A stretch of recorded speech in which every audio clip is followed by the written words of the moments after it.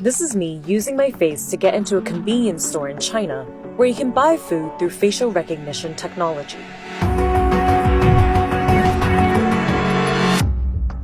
Using your face to buy food is already a reality. Here's one system that KFC and Chinese search engine giants Baidu implemented in China. KFC's system even remembers your face and food preferences so it can better recommend you new products. Much like KFC, this convenience store we visited in the city of Shenzhen has partnered with a tech giant, in this case, the payment app WeChat Pay, to create an experimental face-to-food experience. The store, Zhouheya, encourages people to play and pay with facial recognition technology. With just your face and a simple thumbs up, the system will deduct money from your linked WeChat account. Taking my mobile payment, my facial recognition juice. I come get this. Very good face. This may feel very dystopian, but facial recognition has apparently been a welcomed advancement in big cities in China. So in China, the facial recognition is quite popular. In some scenarios, we try those face recognition techniques. So you don't have need to bring your mobile phone anymore. You simply show up and you take things away and it will directly be deducted from your account. To grasp how close China is to making facial recognition a reality, you first have to understand how close they already are to being a cashless society. Much of this has to do with WeChat Pay and its competitor Alipay, which both use QR codes to complete transactions. According to Professor Ouyang, in 2017, mobile payment transactions in China added up to $20 trillion, almost double China's annual GDP. WeChat is what's known as a super app. You can send money, text friends, make dinner reservations, and much more all in one space. And this makes WeChat indispensable to everyday life. 即係話我哋咧，大部分人都係用緊微信。微信支付咧係個好神奇嘅嘢。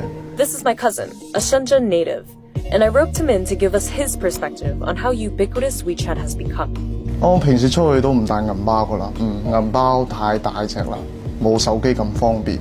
我手機可以代替到銀包所有功能。QR codes, WeChat Pay, and Alipay have become the norm. 你可以喺路邊停車嘅時候交費。 或者你甚至可以處理你嘅交通違法。These payment apps are so powerful that they have the potential to replace banks for the users. For example, you can borrow money on your WeChat app. If I press this, they will evaluate your credit profile. This amount is the equivalent of an $8,000 loan. WeChat has become so ubiquitous in China that many people prefer it to traditional banking, despite these loans being backed by actual financial institutions. Analysts in China predict that about 40% of those transaction fees could go to payment apps like WeChat by 2020, leaving China's banks in a scramble. The bank are annoyed because they only see numbers of money goes to Alibaba, go to WeChat. Those bank senior officials talk to me considering different ways of how to compete with those new institutions. And so far, they don't come up with very good ideas, but we'll still trying. With the wide use of QR codes and mobile payment apps, Professor Ouyang sees facial recognition as the obvious next step. But convenience is just the silver lining in what could be a sophisticated form of mass surveillance. Already in Shenzhen, facial recognition is being used to catch jaywalkers. 3 fugitives were caught at massive concerts this year through facial recognition technology. And in the highly policed province of Xinjiang, facial recognition is used to track Muslim Uyghurs. There's a rumor that China is the safest country in the world. In Shenzhen, when you walk in the street, you'll see a lot of cameras. It sounds like a police state, right? But in China, if you don't do anything wrong, what do you fear?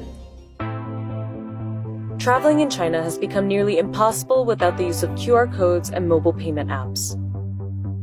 And a future with facial recognition may not be that far off. 一般如果你而家係想用現金嘅話咧，喺一啲小鋪頭嗰度，你攞一張100蚊嘅出嚟，佢甚至冇散紙可以找你，係。Is the price of convenience worth the huge loss in privacy?